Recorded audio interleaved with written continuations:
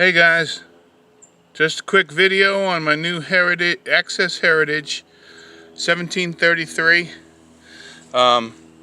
If you saw my other video, I cleaned up one for my brother, and I liked it so much I figured I'd get one for myself. Anyway, here it is. I was going to do an unboxing. They packaged it really well with all this. There's some bubble wrap in there. There was some styrofoam on the end of the barrel, and it was packaged real well. The problem was when they assembled this in India. I think what they did, they didn't get the tolerances correct on the metal, so they forced it into the cutout for the lock, and it cracked a piece right back here, so I had to repair that with some epoxy. That's not a problem. Like I said on my other video, I consider these a kit, you know, like a 90% kit, because you're going to have to do some work on them. You can see I already I drilled the hole right away, and actually I started on glassing, because these are kind of hogged out pretty heavily. Well, maybe I can show you. I'm not going to mess with it right now, but right here in the once you take the barrel out, they inlet it quite a bit, a little too much. So you have to fill it with glass if you're going to shoot some heavy loads. There's one fellow I was just watching. He was shooting a matchlock with 120 grains of double F, and I thought, oh man, that hurts more on the back end than it does on the front end.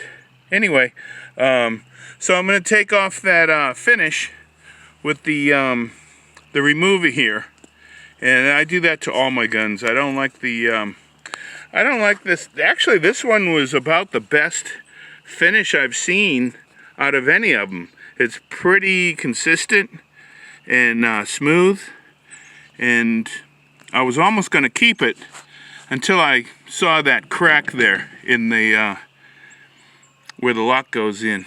So I'm still going to strip it all down, take off the finish, and just to go over what I do, I actually got a this is from Muzzleloader Builder Supply. I don't know if you can see that.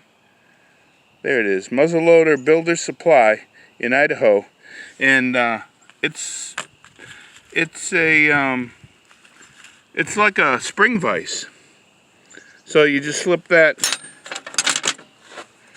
over the spring, and supposedly it's supposed to. This one doesn't. When it's at half cock, you know, you got to compress the springs, and then it fits over. That was $14 for that, so that looks pretty handy. I've been wanting to get a vise for a while. And then, of course, like I always do, I'm gonna take down that spring. It's just a little too thick, so I'm gonna run over this edge right here with the grinder. Take off about a 32nd of an inch maybe, and also, just like on the other one, I'm going to round that foot off that's right there. You can see that foot is a little bit, there's two ways you could do it. You could actually take this spring down, but this is being on the outside, and with the finish that's done to it already, I don't want to mess with the finish. So what I'm going to do is, you can see how hard that spring is, and so you just take that foot down a little bit and just round it off. You can see it's kind of pointed. Round it off, and it'll give you the right amount of force, you know, to hold the frizzen against the caulk. What else? I'll probably be doing a lot of work to this one. Of course, there's the trigger spring. Take that off a little bit, just like the mainspring. I'm going to take a little bit off here so it reduces the amount of trigger pull, which the mainspring is going to do too, because there won't be as much force on the caulk. And then of course, another thing I always do is clean up that that Sear. Yeah, it's not focusing too well, but there it is. Do a little bit of work on the Sear. You know, I put a little ramp on the half caulk because it's a little too close to where the Sear engages. So anyway, that's about it. I got my drill. I put these pins. These are the pins that hold the barrel in. They hold the barrel to the stock. And I like to put those on the drill and spin them with some sandpaper. It cleans it up a little bit, makes it smoother. And then of course I flatten out that top. The top of those pins, they contour them. You know, they put them into the stock in India, and then they do all the sanding. Well, what that does is it makes the pin, I don't know if you can see it, there's one here that's, but the pins get kind of an angle to them. Yeah. There's kind of an angle on the top of the head.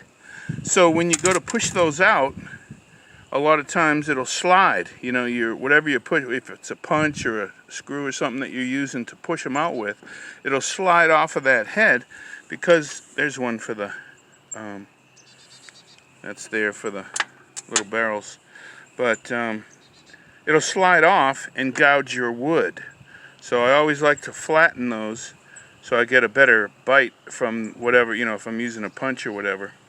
And then of course, the never-ending problem with these little wimpy ramrods that they include.